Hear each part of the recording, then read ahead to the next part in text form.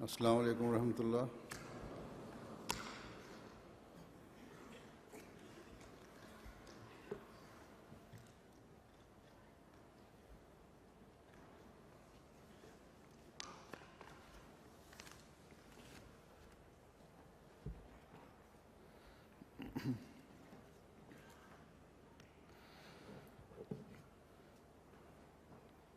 أشهد أن لا إله إلا الله وحده لا شريك له وأشهد أن محمدا عبده ورسوله أما بعد فأعوذ بالله من الشيطان الرجيم بسم الله الرحمن الرحيم الحمد لله رب العالمين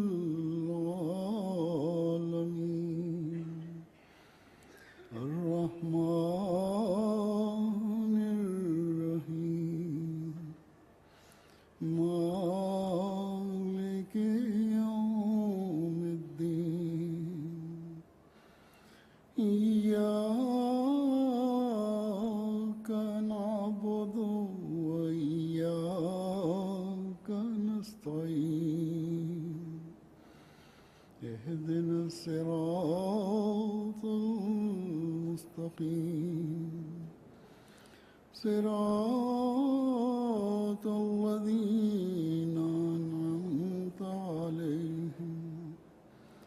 غير المغضوب عليهم ولا الضالين التائبون العابدون الحامدون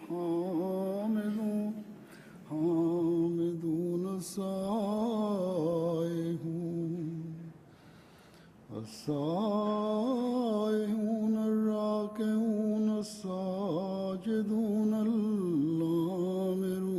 بالمعروف والناهون عن المنكر والحافظون لحدود الله وبشر المؤمنين۔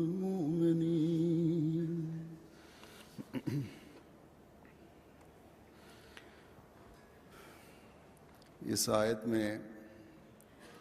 ان لوگوں کا نقشہ کھینچا گیا ہے جو دین کو دنیا پر مقدم کرنے والے ہیں اور اپنے ایمان کی اس حالت کی وجہ سے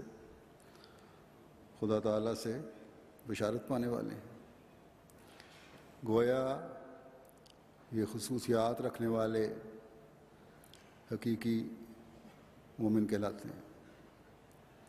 اللہ تعالیٰ فرماتا ہے التائبون، توبہ کرنے والے، ایسی توبہ جو توبہ کا حق ہے۔ العابدون، عبادت کرنے والے، ایسی عبادت جو عبادت کا حق ہے۔ الحامدون، حمد کرنے والے جو حمد کرنے کا حق ہے۔ السائحون، اللہ کی راہ میں خالص ہو کر سفر کرنے والے، یعنی ایسا سفر جو دین کی غرض سے اور دین سیکھنے کے لیے ہو۔ الراکعون، مکمل طور پر خدا تعالیٰ کے آگے جھکنے والے اور عاجزی اور بے نفسی کا مکمل اظہار کرنے والے۔ الساجدون، انتہائی انکسار، عاجزی اور کامل فرما برداری سے خدا تعالیٰ کے آگے سجدہ کرتے ہوئے ماتھا ٹیکنے والے۔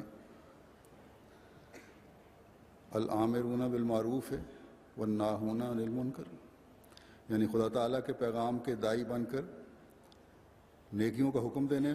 والے اور برائیوں سے روکنے والے ہیں. موٹی برائیاں بھی اور باریک تر برائیوں سے بھی روکنے والے ہیں, اور موٹی موٹی نیکیوں کی طرف توجہ دلانے والے بھی اور باریک تر نیکیوں کی تلقین کرنے والے بھی ہیں. اور ظاہر ہے یہ اس وقت ہو سکتا ہے جب اپنے اندر یہ تبدیلی پیدا ہو جائے کہ خود برائیوں سے بچنے والے ہوں اور نیک اعمال بجا لانے والے ہوں, اور جس میں یہ پہلی 6 خصوصیات جو بیان کی گئی ہیں اس آیت میں یہ پیدا ہو جائیں, یعنی توبہ کی طرف توجہ, عبادت کی طرف توجہ, اللہ تعالیٰ کی حمد کی طرف توجہ, دین سیکھنے کی خاطر سفر کرنا, اور رکوع و سجود کی طرف توجہ جو رکوع و سجود کا حق ہے, تو ان میں یقیناً یہ خوبی پیدا ہو جاتی ہے کہ وہ برائیوں سے دور بھاگنے والے ہوتے ہیں اور ان کے ہر قول و فعل سے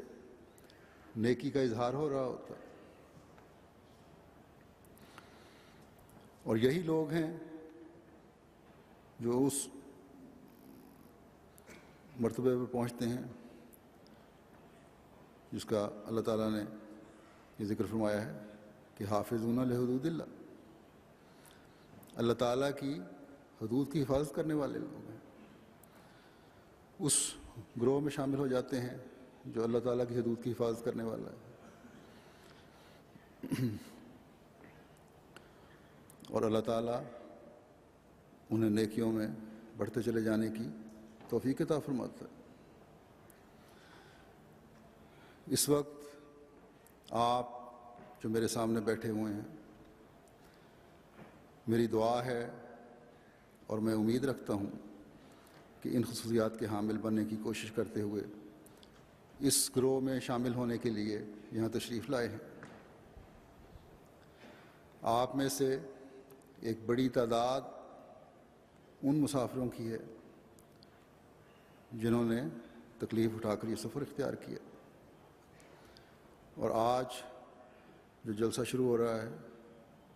اس میں شامل ہونے کے لیے تشریف لائے ہیں. آج صبح ہی جب میں نماز فجر پڑھا کے جا رہا تھا تو میں نے دیکھا ایک خاندان, اور بھی کئی ہوں گے, جو ایک لمبا سفر کر کے ساری رات سفر کر کے یورپ سے یہاں پہنچے تھے. بچے بھی تھے, عورتیں بھی تھیں. تو یہ تکلیف اٹھا کر سفر کرنے والے لوگ ہیں.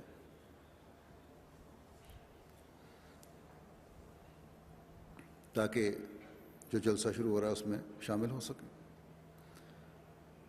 بلکہ یہاں حدیقۃ المہدی میں آپ میں سے ہر ایک نے آنے کے لیے کچھ نہ کچھ سفر اختیار کیا ہے, اور یہ خدا تعالیٰ کی نظر میں ایک بہت بڑی خصوصیت ہے مومنین کی جماعت کی کہ وہ دین کی خاطر اور دین سیکھنے کے لیے سفر اختیار کرتے ہیں. تبھی تو خدا تعالیٰ نے توبہ کرنے والوں, عبادت کے معیار قائم کرنے والوں, اللہ تعالیٰ کی حمد سے اپنی زبانوں کو تر رکھنے والوں, عاجزی اور انکسار سے اللہ تعالیٰ کے حضور رکوع و سجود کرنے والوں میں ان للہی سفر اختیار کرنے والوں کو شامل فرمایا, تاکہ وہ اپنی نیکی اور تقوی کی حالت کو مزید سیکل کرنے والے بنے. بس آج جو لوگ ایک نیک مقصد کے لیے یہاں آئے ہیں اور حضرت مسیح موعود علیہ الصلوۃ والسلام کے مہمان بن کر یہاں آئے ہیں, دنیاوی اعزاز اور دنیاوی خدمت کے بجائے ان اعلیٰ مقاصد میں مزید ترقی کو اپنے پیش نظر رکھیں جو بیان ہوئے ہیں. بے شک نظام جماعت کے تحت اس پاک اور بامقصد سفر کرنے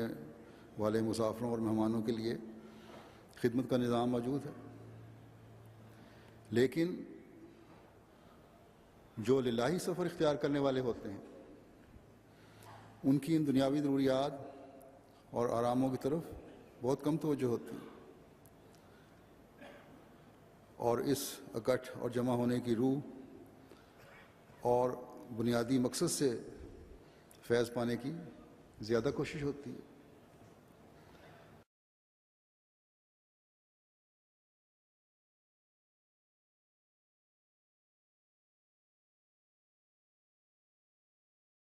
بس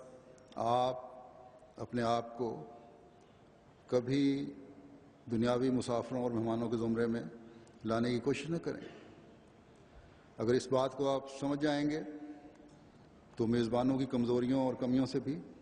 آپ صرف نظر کرتے رہیں گے، ورنہ بعض دفعہ یہ دیکھنے میں آیا ہے کہ شکوہ ہو جاتا ہے کہ فلاں جگہ کے لوگوں کو بہتر انتظام ہے، ان کو فلاں جگہ بہتر انتظام کے تحت رکھا گیا ہے اور ہماری طرف توجہ نہیں دی گئی، حالانکہ انتظامیہ میں اس طرف کی پوری کوشش ہوتی ہے کہ ہر مہمان کو آرام پہنچایا جائے۔ ہاں، بعض غیر جماعت مہمان ہوتے ہیں یا بعض ایسے لوگ ہیں جو اپنی قوم کے لیڈر ہیں، ان کے لیے انتظام علیحدہ کیا جاتا ہے اور یہ جائز ہے۔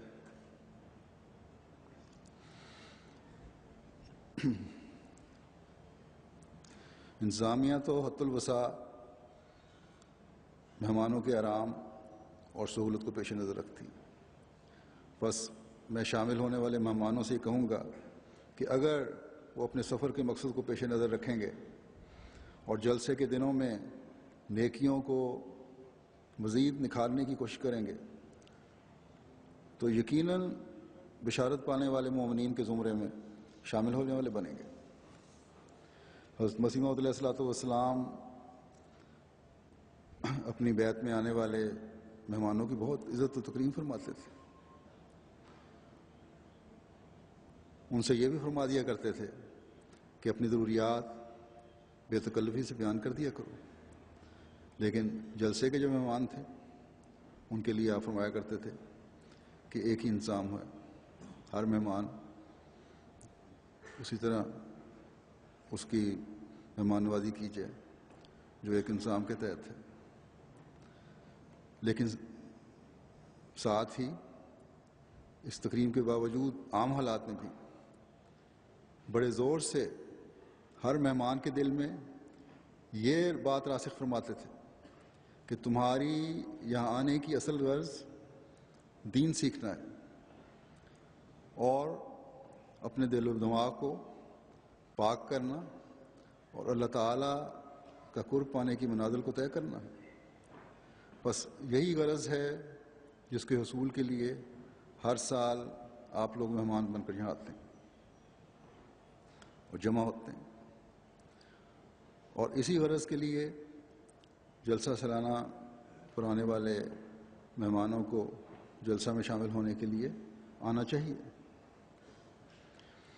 مہمانوں کے لیے چند عمومی باتیں بھی میں سامنے رکھنا چاہوں گا۔ ایک مومن کے لیے اپنے وقت کا صحیح استعمال انتہائی ضروری ہے۔ جب ایسے اجتماعی موقعوں پر سب جمع ہوتے ہیں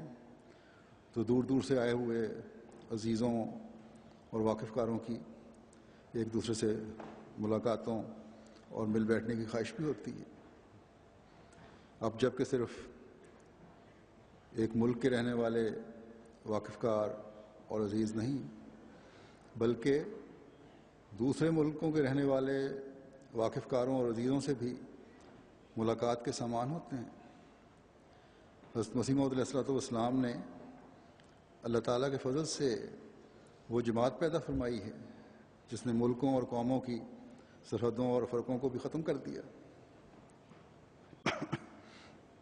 اور ایک عظیم بھائی چارے کی بنیاد پڑ چکی، اور آپ نے جلسہ میں شامل ہونے والوں کا ایک مقصد یہ بھی بیان فرمایا ہے کہ جماعت کے تعلقات تعلقات اخوت استحکام پذیر ہوں، ان میں مضبوطی پیدا ہوتی چلی جائے، ہم ایک قوم بن جائیں، اور اس کے لیے ظاہر ہے مل بیٹھنے کی ضرورت بھی ہوگی، ایک دوسرے سے واقفیت اور تعلق بڑھانے کی ضرورت بھی ہوگی، اور جلسے کا جو پروگرام ہو رہا ہوتا ہے سارا دن، اس کو تو جلسہ سننے میں گزارنا چاہیے، اور اس کے بعد ہی موقع میسر آتا ہے۔ لیکن بعض دفعہ یہ دیکھنے میں آتا ہے کہ یہ مل بیٹھنا اتنا لمبا ہو جاتا ہے کہ خوش گپیوں میں ساری ساری رات ضائع ہو جاتی ہے، یا کھانے کی مارکی میں باتوں میں اتنا وقت لگ جاتا ہے کہ نمازوں کے اوقات میں انتظامیہ کو یاد دہانی کروانی پڑتی ہے۔ اسی طرح جو گھروں میں اپنے عزیزوں یا واقفکاروں کے پاس ٹھہرے ہوئے ہیں، وہ بھی لمبی مجلسوں کی وجہ سے وقت ضائع کر رہے ہوتے ہیں اور جلسے پر آنے کی اصل غرض کو بھول جاتے ہیں۔ بس ہر کام میں اعتدال ہونا چاہیے، اور یہی ایک مومن کی شان ہے۔ اللہ تعالیٰ نے قرآن کریم میں مومنوں کو حضرت صلی اللہ علیہ وسلم کی طرف سے کھانے کی دعوتوں اور اس میں شامل ہونے کے طریق، اور دعوت ختم ہونے کے بعد کیا طریق ہونا چاہیے، اور آپ صلی اللہ علیہ وسلم کے وقت کو ضائع کرنے سے بچانے کی نصیحت فرمائی ہے۔ جہاں یہ خاص حکم حضرت صلی اللہ علیہ وسلم کے مقام و مرتبہ اور آپ صلی اللہ علیہ وسلم کے وقت کی قدر و قیمت کو مد نظر رکھ کر اللہ تعالیٰ نے فرمایا ہے، وہاں مومنین کو بھی یہ عمومی نصیحت ہے، اور وقت کے حوالے سے یہ عمومی نصیحت ہے کہ لا مستانسین لحدیث، کہ بیٹھے باتوں میں وقت نہ ضائع کیا کرو، بے شک تعارف حاصل کرو، بیٹھو، تعارف کو بڑھاؤ، پہلے جو تعلقات ہیں انہیں مزید مستحکم کرو، لیکن اپنے وقت کا بھی کچھ پاس اور خیال کرو، اور جس کے گھر میں اور جس انتظام کے تحت بیٹھ کر ان خوش گپیوں میں مصروف ہو، ان کا بھی کچھ خیال رکھا کرو۔ یہاں لوگوں کو خاص طور پر جو کام کرنے والے ہیں، ان کی مصروف زندگی ہے، ان کو بھی بعض اوقات مجبور کیا جاتا ہے، باہر سے آنے والے جو مہمان ہیں بعض، کہ ہماری ان مجلسوں میں بیٹھو، اور اگر کوئی نہ بیٹھے تو عزیز رشتہ دار تعلق والے پر شکوہ کرتے ہیں، تو یہ غلط طریق ہے، اس کی بھی احتیاط ہونی چاہیے۔ اسی طرح صرف یورپ سے باہر کے لوگ نہیں، بلکہ یورپ کے لوگ بھی، کیونکہ خود فارغ ہو کے آئے ہوتے ہیں، اس لیے سمجھتے ہیں کہ باقی لوگ بھی فارغ ہو چکے ہیں، تو آپ کی جو چھٹیاں ہیں ہر ایک کی چھٹیاں نہیں ہوتی۔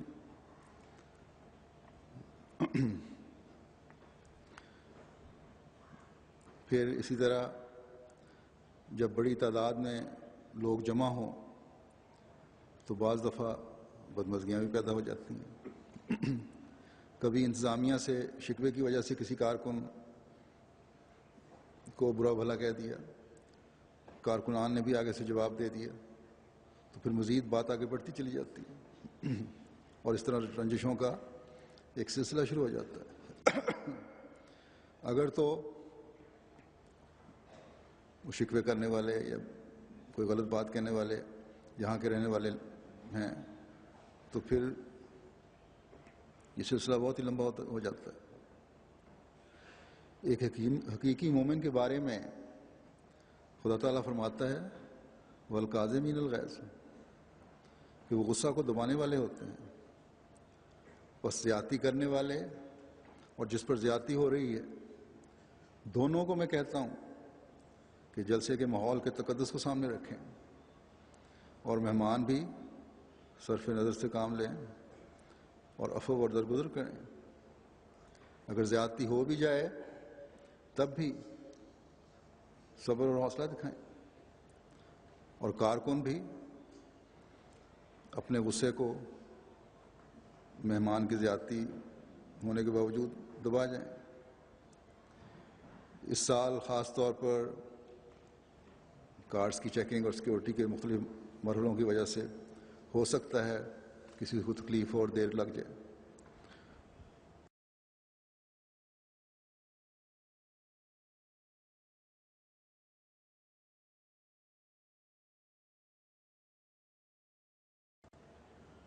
اس وقت بھی مجھے رپورٹ ملی ہے یہی ہے کہ عورتوں کی جو جہاں سے داخلے کے گیٹ ہیں وہاں ان کے بہت زیادہ بیگ ہونے کی وجہ سے دیر لگ رہی ہے۔ اس لیے خواتین کو بھی آئندہ دنوں میں بیگ تو ان کی مجبوری ہی لانے پڑتے ہیں، بچوں کی چیزیں بھی ہوتی ہیں بیچ میں، لیکن کم سے کم بیگ لائیں ہیں۔ بعضوں نے 2 3 اٹھائے ہوتے ہیں، جس کی وجہ سے وقت ضائع ہو رہا ہے، اور اسی وجہ سے میں کچھ دیر رک کر آیا ہوں۔ لیکن مجھے بتایا گیا کہ رش اتنا ہے کہ ابھی مزید کافی وقت لگ جائے گا عورتوں کے اندر داخل ہونے پہ، جبکہ مردوں کا داخلہ بڑا سموتھ چل رہا تھا۔ تو بہرحال یہ دیر ہو رہی ہے، دھوپ میں بھی کھڑا ہونا پڑے گا بعضوں کو، جس کی وجہ سے بے چینی پیدا ہوتی ہے، یا اپنے کسی عزیز کی وجہ سے جو کچھ معذور ہیں یا جو پوری طرح صحت مند نہ ہو، ان کی چیکنگ ہونے کی وجہ سے ان کو لانے والے کو بھی رکنا پڑتا ہے۔ گو یہ انتظام ہے کہ ڈسیبلڈ لوگوں کے لیے انہوں نے علیحدہ راستہ بنایا ہے اور جلدی فارغ کرنے کی کوشش ہوتی ہے، لیکن اس کو ان کو لانے والے جو دوسرے ہیں ان کے اٹینڈنٹ، ان کو بعض دفعہ چیکنگ میں وقت لگ جاتا ہے، تو پھر اس وجہ سے اس معذور کو بھی تکلیف ہوتی ہے، جس کی وجہ سے بعض زود رن جو ہیں بڑبڑانا شروع کر دیتے ہیں۔ تو یہ چیزیں پھر ماحول میں بدمزگی کا باعث بنتی ہیں۔ بس صبر اور حوصلہ دکھانا بھی ایک مومن کی شان ہے۔ آن حضرت صلی اللہ علیہ وسلم نے فرمایا کہ بڑی فضیلت یہ ہے کہ تم قطع تعلق کرنے والے سے تعلق قائم رکھو، جو تمہیں نہیں دیتا اسے بھی دو۔ یہ نہیں کہ جو ضرورت کے وقت تمہارے کام نہیں آیا تو اس کو ضرورت پڑنے پر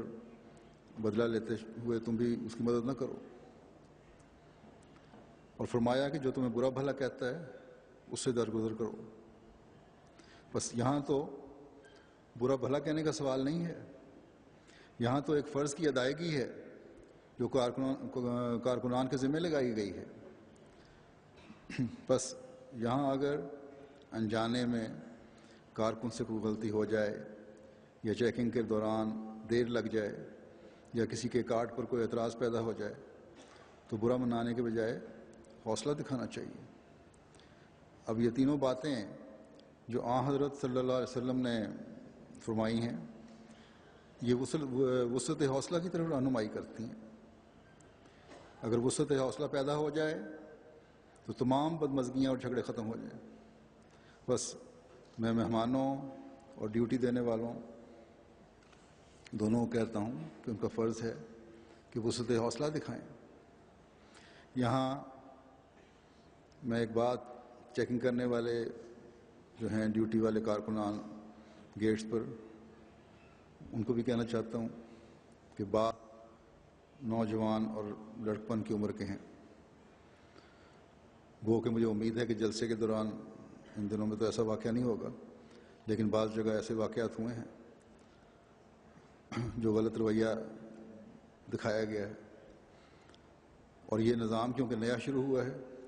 اس لیے باوجود اس کوشش کے میرے کہنے کے اور اس کوشش کے کہ یہاں ان جگہوں پر سنجیدہ طبع لوگوں کی ڈیوٹی لگائی جائے، بعض غیر سنجیدہ یا ایسے لوگ جن کو بعضوں کو عادت ہوتی ہے ہر وقت مذاق کی، موقع ماحول نہیں دیکھتے، ان کی بھی ڈیوٹی لگ گئی ہے۔ مذاق میں کسی واقف کار کو ضرورت سے زیادہ وقت لگا کر چیک کرتے ہیں، جس سے بعض اوقات وہ مذاق جو ہے وہ سنجیدگی میں بدل جاتا ہے۔ اس لیے گیٹ پر چیکنگ کے وقت انتظامیہ کو چاہیے کہ سنجیدہ لوگ موجود ہوں اور نائبین جو افسران ہیں وہ بھی ضرور موجود رہیں۔ دوسرے، اس مذاق میں جب وقت ضائع ہوتا ہے تو دوسرے جو آنے والے ہیں ان کے بھی لمبے کیوں لگ جاتے ہیں، ان کو تکلیف ہوتی ہے، انتظار کرنا پڑتا ہے ان کو۔ میرے پاس ایک آدھ شکایت ہی اس قسم کی آئی ہے، اس لیے یہ صورتحال بیان کر رہا ہوں۔ بہرحال تمام مہمان یہاں ایک نیک مقصد کے لیے آئے ہیں، اس لیے اس مقصد کے حصول کی کوشش کریں۔ حضرت مسیح موعود علیہ الصلوۃ والسلام کی خواہش کے مطابق باہم محبت و اخوت کی مثال بن جائیں۔ اللہ تعالیٰ نے جو مومنین کا نقشہ کھینچا ہے کہ رحماء بینہم، کہ آپس میں ایک دوسرے سے بہت پیار اور محبت اور نرمی اور ملاطفت کا سلوک کرتے ہیں، تاکہ خدا تعالیٰ کی رضامندی اور اس کا فضل حاصل کرنے والے بن سکیں۔ اور اس فضل کے حصول کے لیے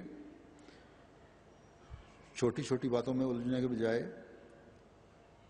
وہ رکوع و سجود اور عبادتوں سے اپنی زندگی کے مقصد کو حاصل کرنے کی کوشش کرتے ہیں۔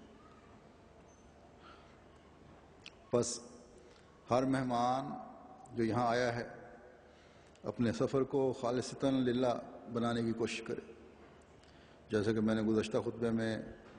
میزبانوں کو کہا تھا کہ باہر سے آنے والے مہمان کارکنوں کے کام کو دیکھتے ہیں اور وہ کس طرح یہ کام کر رہے ہیں، اور اس کام دیکھ کر بڑے متاثر ہوتے ہیں، اور ہر کارکن ایک خاموش تبلیغ کر رہا ہوتا ہے۔ اسی طرح جلسہ میں شامل ہونے والا ہر احمدی بھی احمدیت کی خاموش تبلیغ کر رہا ہوتا ہے اور احمدیت کا سفیر ہے۔ ہر سال مجھے یہاں بھی اور جرمنی وغیرہ میں بھی اور بعض دوسرے ملکوں سے جو رپورٹیں آتی ہیں وہاں سے بھی پتہ لگتا ہے کہ پہلی دفعہ آنے والے غیر از جماعت مہمان یہی کہتے ہیں کہ حیرت ہوتی ہے کہ اتنا بڑا مجمع اور بغیر کسی شور و فساد کے ہر کام بڑے آرام سے چل رہا ہوتا ہے، اور اس بات کو دیکھ کر ہر کوئی یہ کہتا ہے کہ مسلمانوں کا یہ رخ تو ہم نے پہلی دفعہ دیکھا ہے۔ دیکھنا کیا تھا، ان کی اکثروں کی باتیں سنائی ہوتی ہیں۔ تو بہرحال یہ ایک خاموش تبلیغ ہے جو ہر احمدی جلسے کے دنوں میں کر رہا ہوتا ہے۔ بس یہاں جلسے میں شامل ہونے والے صرف اپنی اصلاح جلسہ میں شامل ہو کر نہیں کر رہے ہوتے، بلکہ بہت سوں کو سیدھی راہ دکھانے کا باعث بھی بنتے ہیں۔ بس اس عمل سے اللہ تعالیٰ کے پیار کی نظر پہلے سے بڑھ کر حضرت مسیح موعود علیہ الصلوۃ والسلام کے ان مہمانوں پر پڑتی ہے کہ جو اللہ تعالیٰ کی خاطر اپنے صبر اور حوصلے اور ہمت اور برداشت کا مادہ ظاہر کر رہے ہوتے ہیں بعض حالات میں، اور اعلیٰ اخلاق جو اسلامی نمونہ ہے اسلام کے اخلاق کا وہ دکھا رہے ہوتے ہیں۔ اور اسی وجہ سے حضرت مسیح موعود علیہ الصلوۃ والسلام کی دعاؤں کے جو جلسے میں شامل ہونے والوں کے حق میں آپ نے فرمائی، ان کے وارث بن رہے ہوتے ہیں۔ ایک بات میں مہمانوں کو ہر سال یاد کرواتا ہوں، لیکن ایک طبقہ بات سن کر یوں اڑا دیتا ہے جیسے انہوں نے سنا ہی نہیں، اور وہ یہ کہ جماعتی مہمانداری کے انظام کے تحت جو لوگ دوسرے ملکوں سے آتے ہیں علاوہ یورپ کے یا امریکہ وغیرہ کے ترقی یافتہ ملکوں کے، جو دوسرے ممالک سے آ رہے ہیں غریب ممالک سے، وہ 2 یا 3 ہفتے سے زیادہ نہ ٹھہرا کریں۔ پاکستان، ہندوستان، بنگلہ دیش وغیرہ،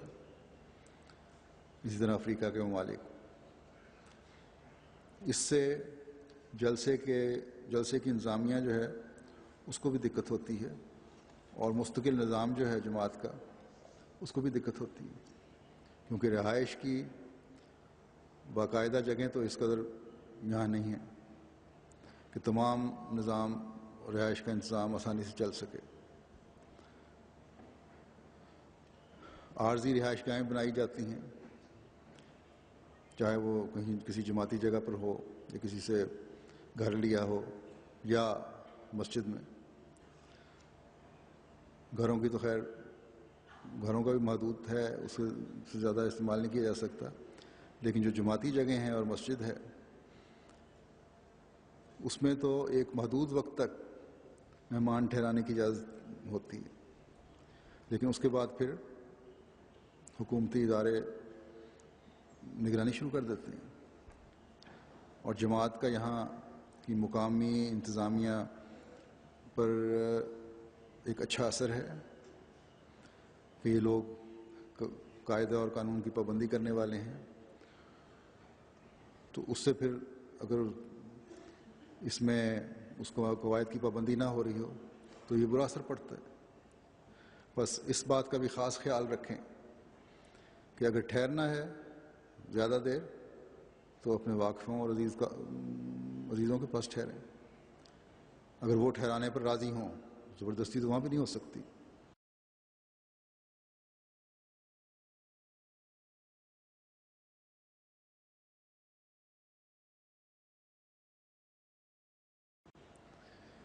حضرت صلی اللہ علیہ وسلم نے اس بات سے سختی سے منع فرمایا ہے اور اس کو جائز قرار نہیں دیا کہ مہمان اتنا لمبا عرصہ مہمان نوازی کروائے کہ میزبان کو تکلیف میں ڈال دے۔ بس ایک نیک مقصد کے لیے آئے ہوئے مومن کو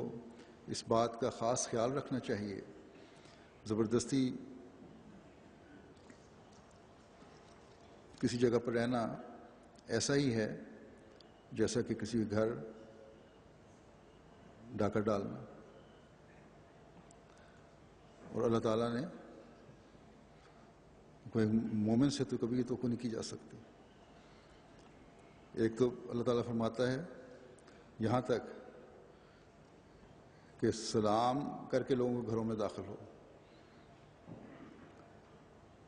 فرمایا لا تدخلوا بیوتن، کہ دوسروں کے گھروں میں داخل نہ ہو، حتیٰ تستانسوا، جب تک کہ اجازت نہ لے لو۔ اب لوگ اجازت لے کر مہمان بن کر تو آ جاتے ہیں، لیکن پھر اتنا لمبا عرصہ مہمان بنتے ہیں کہ جو انتظامیہ ہے یا گھر والے ہیں ان کے لیے تکلیف کا باعث بن جاتے ہیں۔ اس لیے گھر والوں کی یا انتظامیہ کی اس فکر کو دور کرنے کے لیے اللہ تعالیٰ نے مزید نصیحت فرمائی ہے آنے والے مہمانوں کو کہ تسلموا علی اہلہا، کہ گھر والوں کو سلامتی کا پیغام دو، انہیں بتا دو کہ میں تو ایک مومن کی طرح تمہارے لیے سلامتی کے سوا کچھ نہیں لایا، میں ان مہمانوں میں سے نہیں ہوں جو میزبان کی تکلیف کا باعث بنتے ہیں، میں تو ایک نیک مقصد کے لیے آیا ہوں، اور اس مقصد کے پورا ہونے کے بعد کیونکہ دور سے آنے کی وجہ سے کچھ دیر تو ٹھہرنا پڑتا ہے، اس مجبوری کی وجہ سے کچھ عرصہ ٹھہر کر واپس چلا جاؤں گا، اور پھر میری مہمان نوازی کی وجہ سے بھی تمہیں کسی تکلف اور تکلیف کی ضرورت نہیں ہے۔ کوئی شکوہ نہیں ہوگا کہ میری مہمان نوازی نہیں کی گئی ٹھیک طرح، یا میری مہمان نوازی کا حق ادا نہیں کیا گیا۔ مومن تو اسلام کو رواج دے کر محبت اور پیار کے بڑھانے والے ہیں۔ بس جب میرا سفر ایک مومن کا سفر دینی غرض کے لیے ہے تو یہ کس طرح ہو سکتا ہے کہ میں اپنے میزبانوں کے لیے دکھ کا باعث بنوں۔ ایک دوسری جگہ خدا تعالیٰ فرماتا ہے کہ سلامتی کا پیغام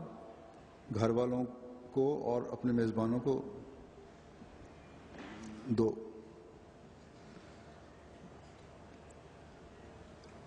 فرمایا کہ تحیۃ من عند اللہ مبارکۃ طیبہ، کہ یہ ہے اصل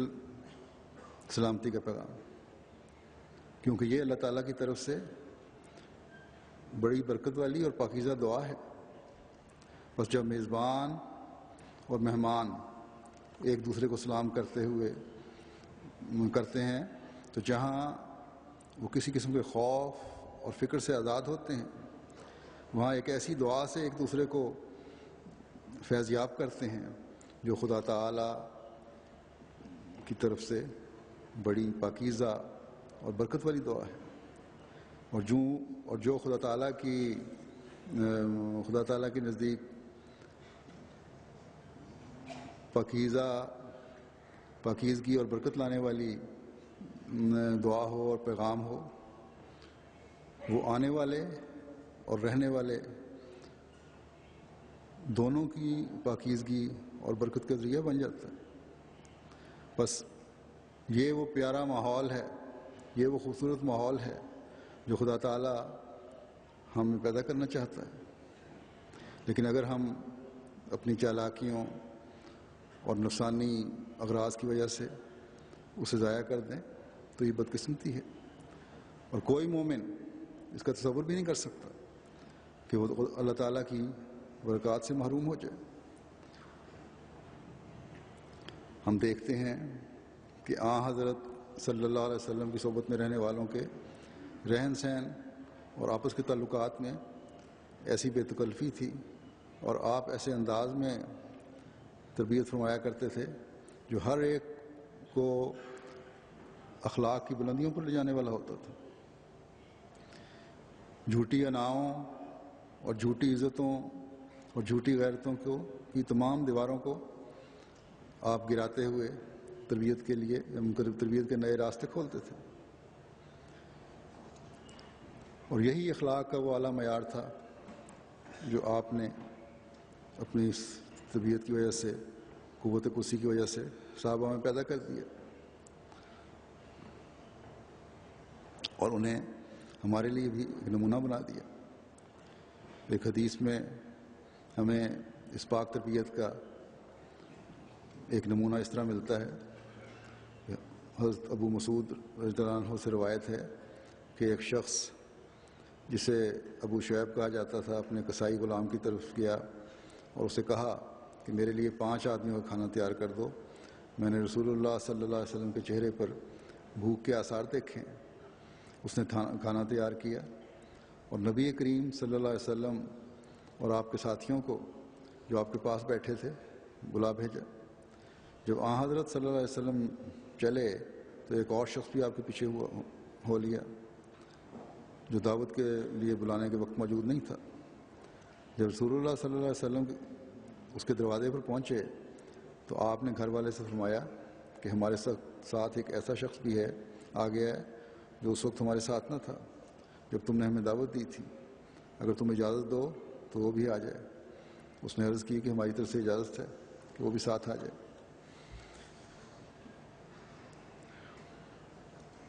یہ وہ اعلیٰ اخلاق ہیں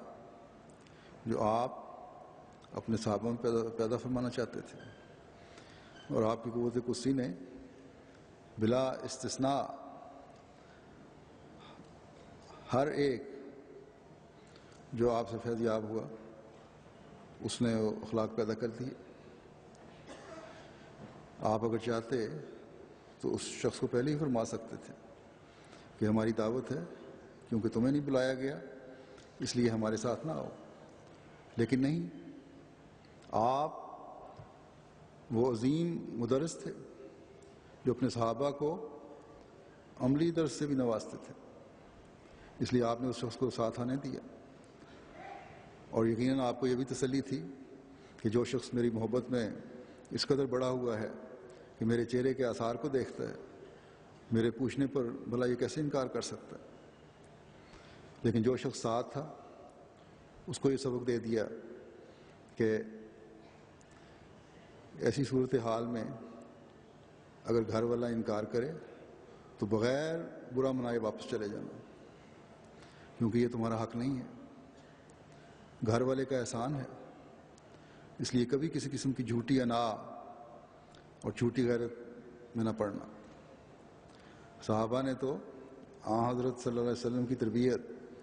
اور قوت قدسی سے وہ معیار حاصل کیے تھے کہ ایک صحابی کے بارے میں آتا ہے کہ آپ اس بات کی تلاش میں رہتے تھے کہ میں اس حکم کو پورا کرنے والا بن جاؤں کہ اگر تمہیں گھر والا کہے کہ واپس چلے جاؤ تو بغیر برا بنائے واپس آ جاؤں۔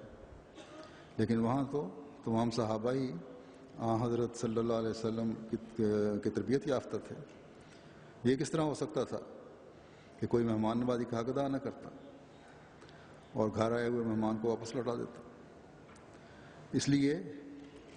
ان صحابی کی یہ خواہش باوجود کوشش کی کبھی پوری نہیں ہوئی، لیکن اس سے اس وسعت حوصلہ اور ہر حکم پر عمل کرنے کی خواہش اور تڑپ کا بہرحال واضح اظہار ہوتا ہے جو ان صحابہ کے دل میں ہوتی تھی۔ بس یہ وہ وسعت حوصلہ ہے جو ہم میں سے ہر ایک کو اپنے دل میں پیدا کرنی چاہیے، اور اس کا عملی اظہار بھی ہماری زندگیوں میں ہونا چاہیے۔ اس ماحول میں جب آپ جلسہ کے لیے آئے ہوئے ہیں، واقف کاروں کو ملنے اور سلام کرنے کے تو بہت نظارے نظر آتے ہیں، لیکن اصل اسلامی معاشرہ اور اس معاشرے کی خوبی یہی ہے، اور حضرت صلی اللہ علیہ وسلم نے بھی یہ ارشاد فرمایا ہے کہ جسے تم جانتے ہو یا نہیں جانتے، ہر ایک کو سلام کہو۔ اللہ تعالیٰ کے فضل سے بہت سے لوگ ایسے ہیں جو اس حکم کے مطابق عمل کرتے ہیں، اور باہر سے آئے ہوئے نومبائین جو ہیں اس سے بڑے متاثر ہوتے ہیں۔ بس فرمایا کہ تم جانتے ہو یا نہیں جانتے، اسے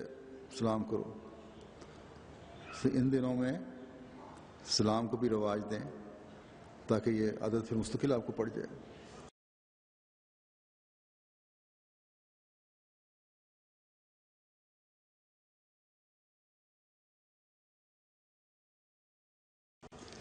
حضرت صلی اللہ علیہ وسلم نے فرمایا کہ اسلام کو رواج دینا اسلام کی ایک بہترین قسم ہے، بشرطے کہ سلام کے رواج کی سلام کی جو پیغام ہے اس کی روح کو سمجھا جائے۔ سلام ایک سلامتی کا پیغام ہے، ایک محبت کا اظہار ہے تاکہ محبت اور بھائی چارہ قائم ہو۔ کتنا اچھا ہو اگر آج بعض وہ لوگ جو ایک دوسرے سے ناراض ہیں وہ بھی دل کی گہرائی سے ایک دوسرے کو معاف کرتے ہوئے سلامتی کا پیغام پہنچائیں اور گلے لگ جائیں۔ مومن ایک ہو کر اپنے الہی سفر کی برکات حاصل کرنے والے بن جائیں۔ حضرت مسیح موعود علیہ السلام کا اپنا عمل بھی ایک مہمان ہونے کی حیثیت سے ہمیں ایک سبق دیتا ہے۔ یہ بات بھی ایک ایسی ہے جو ہر مومن کو اپنے مد نظر رکھنی چاہیے۔ ہر مہمان کو جو مہمان بن کر کہیں بھی جاتا ہے اس کو اپنے سامنے رکھنی چاہیے۔ نبی کا تو ہر سفر الہی ہوتا ہے، بلکہ اس کا تو ہر لمحہ خدا تعالیٰ کے احکامات کی پیروی میں اور خدا تعالیٰ کی رضا کے حصول کے لیے گزرتا ہے۔ حضرت مسیح موعود علیہ السلام کی سیرت کے واقعات میں سے ایک واقعہ پیش کرتا ہوں جو آپ کے مہمان ہونے کے ایک اعلیٰ ترین معیار کا پتہ دیتا ہے۔ حضرت شیخ یعقوب علیہ عرفانی نے یہ روایت کی ہے کہ جنگ مقدس کی تقریب میں، یہ جنگ مقدس ایک عظیم مباحثہ کا نام ہے جو مسلمانوں اور عیسائیوں کے درمیان امرتسر میں 1893 میں ہوا تھا اور تقریباً 15 دن تک یہ جاری رہا۔ اس میں اسلام کی نمائندگی حضرت مسیح موعود علیہ السلام نے کی، اور بڑے واضح نشانات کے ساتھ اور دلائل کے ساتھ اور براہین کے ساتھ اسلام کی برتری ثابت فرمائی۔ تو بہرحال یہ کتابی شکل میں موجود ہے روحانی خزائن میں۔ جب آپ اس مباحثے کے لیے امرتسر میں ٹھہرے ہوئے تھے تو ایک دن مہمانوں کی کثرت کی وجہ سے منتظمین حضرت مسیح موعود علیہ السلام کے لیے کھانا رکھنا یا پیش کرنا بھول گئے، اور رات کا ایک بہت سے حصہ گزر گیا۔ حضرت مسیح موعود علیہ السلام نے بڑے انتظار کے بعد جب کھانے کے بارے میں پوچھا تو سب جو انتظام کرنے والے تھے ان کے تو ہاتھ پیر پھول گئے کہ نہ کھانا رکھا ہوا ہے، اور اب بازار بھی بند ہو چکے ہیں کہ بازار سے کھانا منگا لیا جائے۔ بہرحال جب یہ صورتحال حضرت مسیح موعود علیہ السلام کے علم میں آئی، آپ کو بتایا گیا، تو آپ نے فرمایا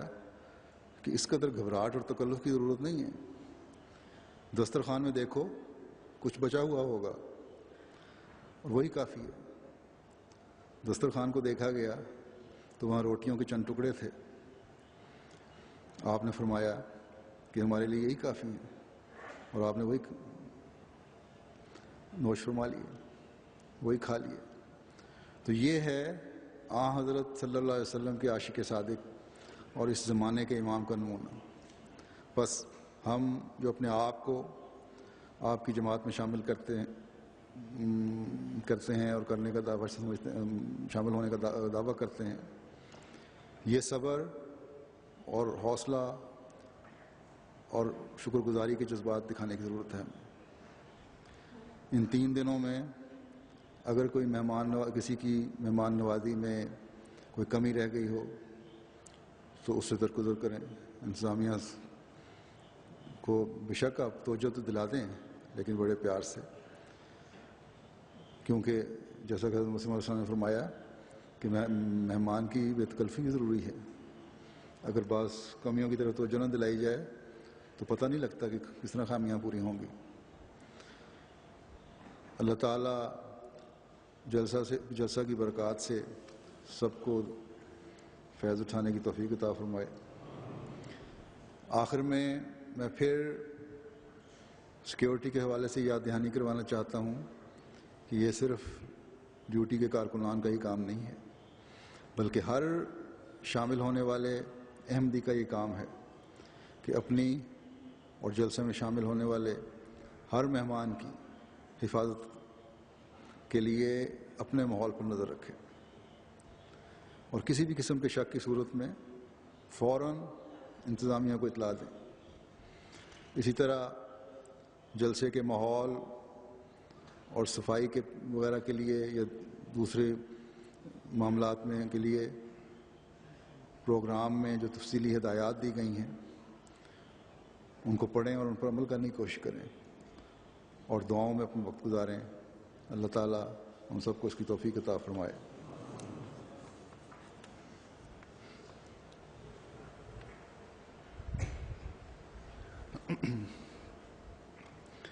الحمد للہ نحمده ونستعینه ونستغفره ونؤمن به ونتوکل علیه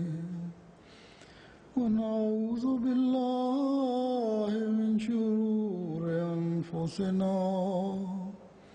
ومن سیئات اعمالنا من يهده الله فلا مضل له ومن يضلله فلا هادي له ونشهد أن لا إله إلا الله ونشهد أن محمدا عبده ورسوله. عباد الله رحمكم الله إن الله يأمر بالعدل والإحسان وإيتاء ذي القربى وينهى عن الفحشاء والمنكر والبغي يعظكم لعلكم تذكرون. اذكروا الله يذكركم وادعوه يستجب لكم ولذكر الله أكبر.